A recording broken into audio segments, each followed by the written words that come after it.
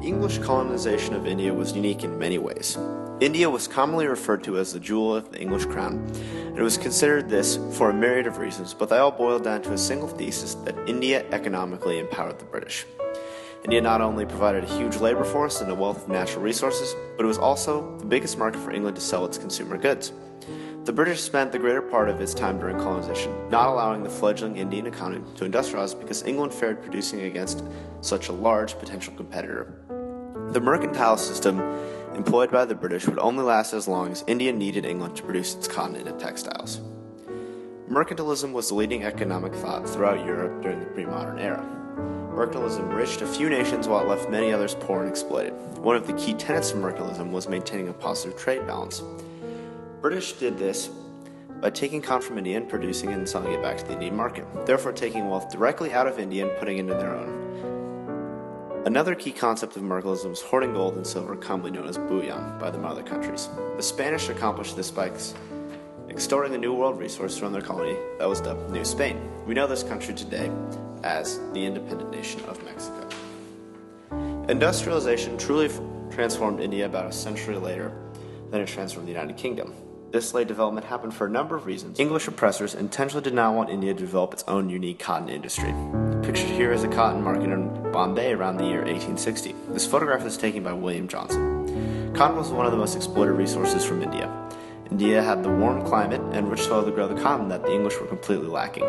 England had the manufacturing capabilities, but had to exploit the raw materials from India, Egypt, the United States, and other various colonies. Yet the English started to see potential in producing textiles in India as long as they maintained lucrative management positions. And in 1817, an Englishman attempted to open the first cotton mill outside of Calcutta. Yet the cotton industry realistically began to take hold in Bombay and other western Indian states in the late 1850s.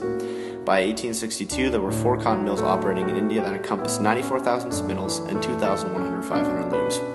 With India beginning to develop some of its own manufacturing, the English soon realized how unnecessary it would be to keep the United Kingdom in the process.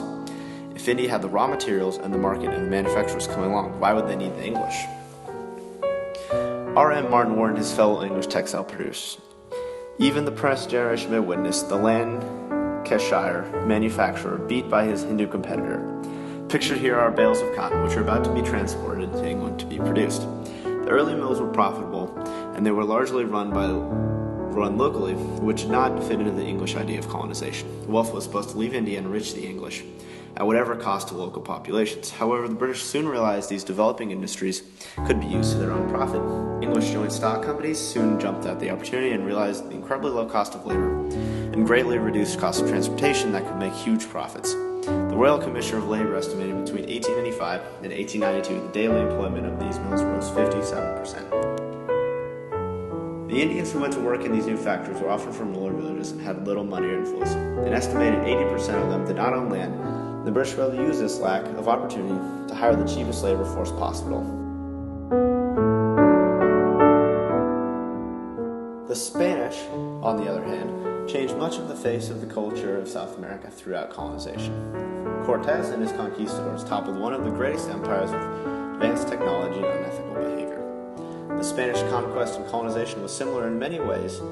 They economically exploited the natives, but it differed in the religious conversion aspect that the Spanish clergy employed. The clergy believed they were doing God's work, even through their conversion became known as the Black Legend of Spanish cruelty. However, unlike the British economic exploitation, which focused on cotton among other resources, the Spanish focused on all silver and gold they discovered in the New World.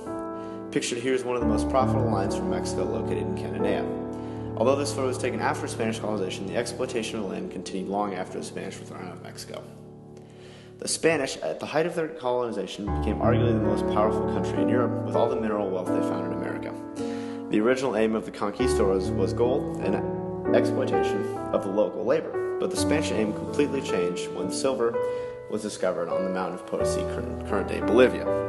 Potosi was the key to unlocking Spanish mercantile wealth. Potosi would supply them with all the silver they could possibly need to maintain their silver reserves and keep a positive trade balance. In addition, the Spanish finally had something that people in Asia wanted, which greatly increased the amount of trade they were able to do. Colonial cities sprouted around these mineral exporting centers, and the economy of Mexico and Latin America was changed forever. For the local people living under Spanish rule, life was extremely difficult. Not only were the natives forced to give up the religion of their ancestors, but working with, whether it was in the mines of Potosi or on an encomienda, was incredibly taxing. However, the largest discovery of silver in the world at Potosi, the Spanish were determined to benefit economically from their colonies. The process of mining this silver was incredibly dangerous, and without electricity, all mining was done by candlelight. Originally, miners used wood fires to smelt the silver, but that process soon became cost ineffective. The solution was even more dangerous for miners as they turned to local war forces on separating the silver with mercury. This process was even more harmful to the environment. Latin America is still poisoned today. The process only caused further hardship and death among local populations. Pictured here is a copper mine. Although many of the natives were forced in silver mines, it gives you an idea of the conditions that miners had to live under. Faded with quickly dwindling supply of labor due to epidemic disease, poor working conditions, and other Spanish practices, the Spaniards were forced to come up with a new solution to keep their mines and encomiendas open. The answer was called a system called the Mita. The Mita was a state-enforced labor force by the Spanish to maintain their silver production and mercantile power. The Mita started as a forced term of service, 1 out of every 7 years, but quickly ramped up as the Spanish ran out of workers. Exploitation came in many forms during the era of empires and colonization. The sun never set on the British Empire, and perhaps the most exploited colony they owned was India. India was in economic depression as the British drained the wealth from hundreds of millions of people. The Spanish similarly exploited the mineral riches of South America to benefit their own lavish economy.